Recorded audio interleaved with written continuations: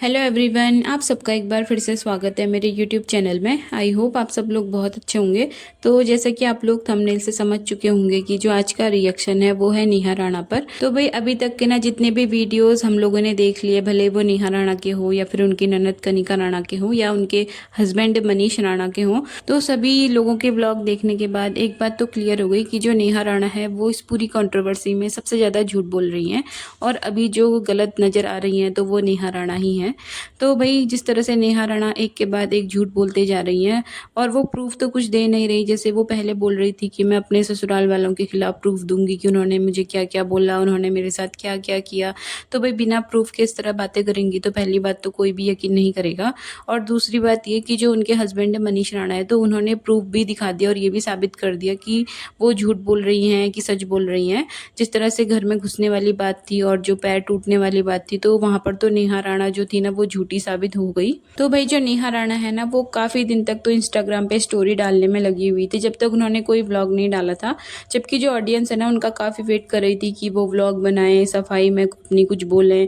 लेकिन नेहा ने कुछ नहीं बोला, बस स्टोरी लगा के अपने ससुराल वालों पे टॉन्ट मारने में लगी हुई थी या फिर उनको टारगेट करने पे लगी हुई थी। तो भाई हर कोई यही सोच रहा था कि कहीं ना कहीं जो गलती है वो ससुराल वालों की भी होगी।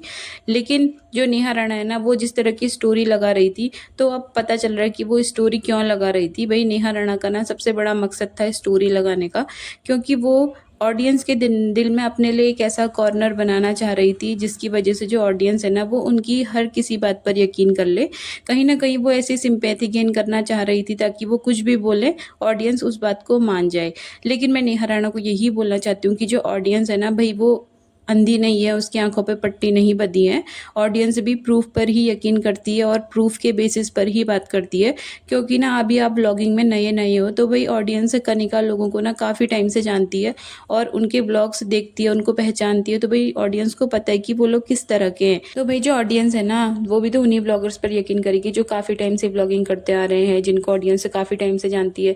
तो भाई नेहा ने ये जो हरकतें करी ना ऑडियंस को मैनिपुलेट करने की और उन लोगों को बुरा दिखाने की जिनको ऑडियंस है बहुत टाइम पहले से जानती है और जिनकी बहुत अच्छी इमेज भी है सोशल मीडिया पे, तो नेहा राणा ने ऐसे लोगों की इमेज सोशल मीडिया पे खराब करने की कोशिश करी थी। लेकिन नेहा का जो पासा था ना वो उल्टा पड़ गया। तो भाई नेहा की जो इमेज है ना वो उसकी फैमिली में तो खराब हो ही रही है, लेकिन ऑडियंस के बीच में भी ना उसकी इमेज बहुत ज्यादा खराब हो चुकी है। जैसा कि आप देख लेना, वो कोई भी लाइव वीडियो करती है फिर कोई भी ब्लॉग बनाती है ना अपने ससुराल वालों के खिलाफ, तो भाई यहाँ पर कुछ जो ऑडियंस है ना वो नेहा राणा को ही गलत बोलती है। और अभी जितने भी प्रूफ सामने आए हैं ना तो सबके सब नेहा के खिलाफ हैं। और इसके बाद भी जो नेहा है ना भाई वो इंस्टाग्राम पे इस तरह की स्टोरी लगाती है। पता नहीं उसको हो क्या गया है या फिर उसके दिमाग में ऐसी कौन सी चीज़ है जिस वजह से वो खुद को इतना सही मान बैठी है। वो स्टोरी भी इस तरह की लगाती है ना जैसे वो दूध की धुली होगी। उसको ये समझ नहीं आ रहा पिछले दिनों में उसने जो कुछ भी किया वो सही है या गलत है। तो मैं नेहा राणा को यही बोलना चाहती हूँ ना, पिछले दिनों में आपने जो कुछ भी किया, अपने ससुराल वालों की इज्जत की जो धज्जियां आपने सोशल मीडिया पे उड़ाई है, तो एक बार आप खुद सोचो कि अगर कोई आपके साथ ऐसा करता, आपकी फैमिली के साथ ऐसा करता, आपके मम्मी पापा की इज्जत को कोई सोशल मीडिया पे इस तरह से नीलाम कर देता, तो आप लोगों को अच्छा लगता या बुरा लगता? तो उस चीज़ का ख्याल होने के बाद ही ना आपको ये कदम उठाना चाहिए था। और मैं ऑडियंस को बताना चाहती हूँ कि नेहा ने किस तरह की स्टोरी लगाई है। आप लोगों को भी मतलब ना उसकी स्टोरी देखकर हंसी आएगी कि एक ऐसा बंदा जो खुद तो गलत पे गलत किया जा रहा है और वो बात कर रहा है कर्मों की। तो मैं आपको बताती हूँ, आप ध्यान से सुनना। तो नेहा ने ये स्टोरी लगाई है कि आपको पता है उस इंसान का दर्द आपको तभी महसूस होगा जब कोई आपके साथ वही करेगा जो आपने उस इंसान के साथ किया है। फिक्र ना करो मेरी जान, इंसान के कर्म कहीं नहीं जाते। वो इंसान आपके आगे रो दिया, भीख मांग ली कि रिश्ता खत्म मत करो, लेकिन आपके दिल में कोई रहम नहीं, उसके लिए कोई प्यार नहीं। कैसे यार, मतलब आज तक उस इंसान के साथ प्यार का ड्रामा कर रहे थे आप? कैसे किसी की जिंदगी खराब करके अपनी जिंदगी बना लोगे? आपको रिटर्न मिल जाएगा। तो ये स्टोरी है नेहा की। तो भाई आप लोग भी बताइए कि आपको हंसी आई या नहीं आई, क्योंकि मेरे को तो बहुत हंसी आई।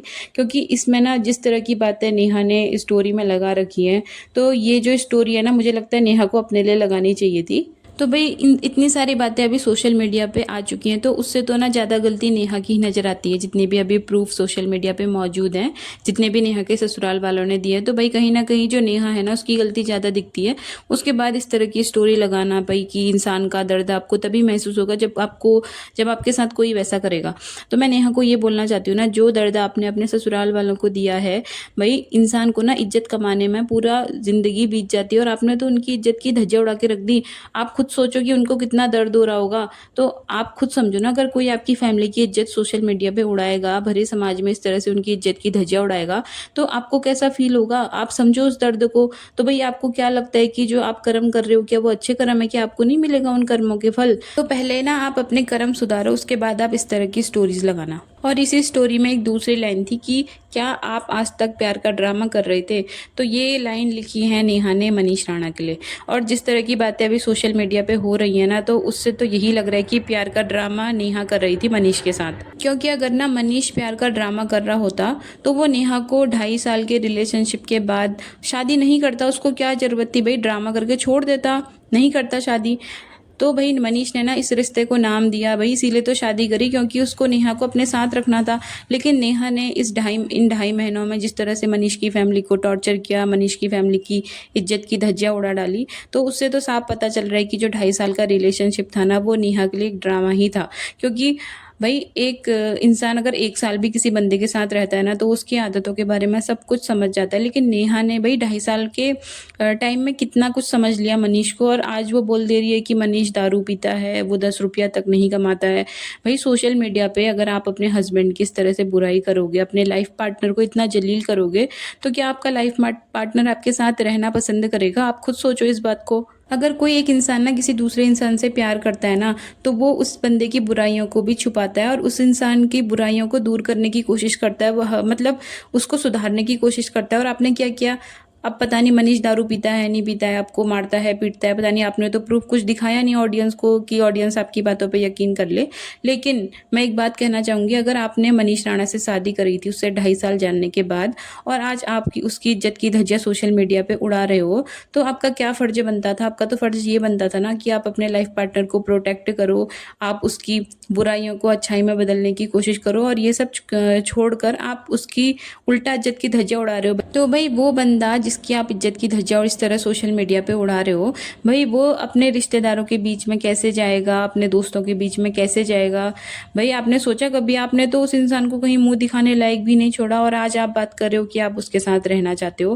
भाई जो बंदा दारू पीता है, आपके साथ मारपीट करता है, तो आप क्यों उसके साथ रहना चाहते हो? आपको तो उससे दूर हो जाना चाहिए। तो बहुत अच्छा मौका है, आप अपने मायके आ गए, आप मायके में रहो, आप आगे अलग अलग होने की प्रोसेस करो।